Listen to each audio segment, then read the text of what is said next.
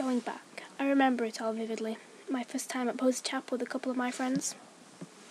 Nobody was really scared after all the sightings were hoaxes and never supported with actual evidence, but being Halloween, something was bound to happen. Something happened indeed, because that night was a string of the most horrific ones in my existence. We arrived at the chapel cracking jokes about the myths that were told about it while walking around aimlessly, not in search of anything specific. After about 5 minutes in our journey, I saw in the midst of the churchyard an all-white figure. From what I could tell, he was near the age of 10, had no eyes, just black pits where his eyes should have been.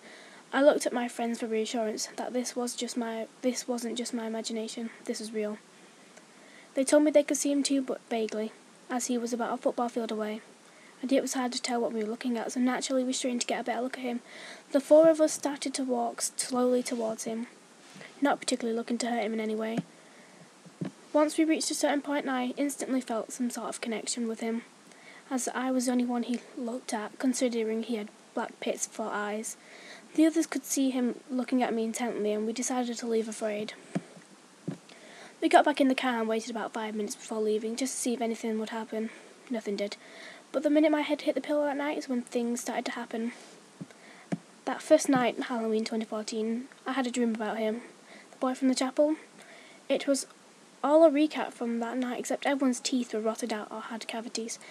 These dreams occurred each night for 8 nights. Within each dream he would get about 10 yards closer, and the dream would always cut off just as a closer car door. After 8 nights, the dream had occurred 8 times consecutively, and he was about 20 yards away from me, so he went back to Posey Chapel. The dream stopped after that visit.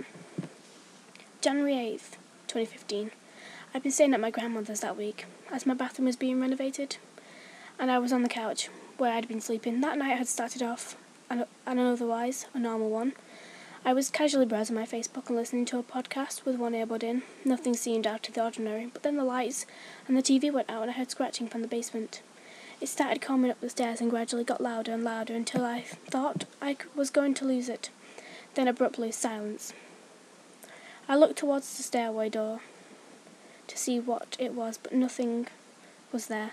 Questioning it, I turned back. I got a glance down the main hallway, where I saw a streak of white. Terrified, I was hesitant to look back, but I seemed to be drawn to it, so I looked despite my gut feeling. And there I was, the boy without eyes. He stood there with an intent look, but lack of emotion, for at least 20 minutes. Then he disappeared, or so I thought.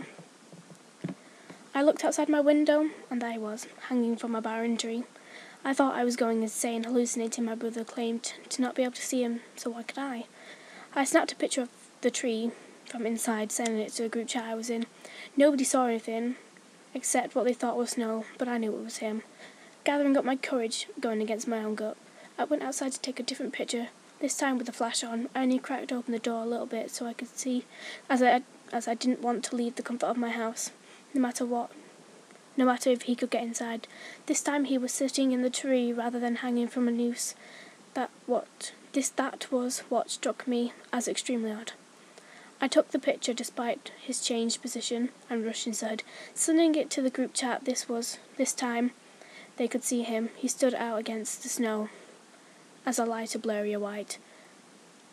After this, I felt compelled to go back outside and face him and ask him what he wanted from me, so once again I gathered up my courage and went back into the freezing winter night and looked at him from the tree and yelled, "What do you want from me?"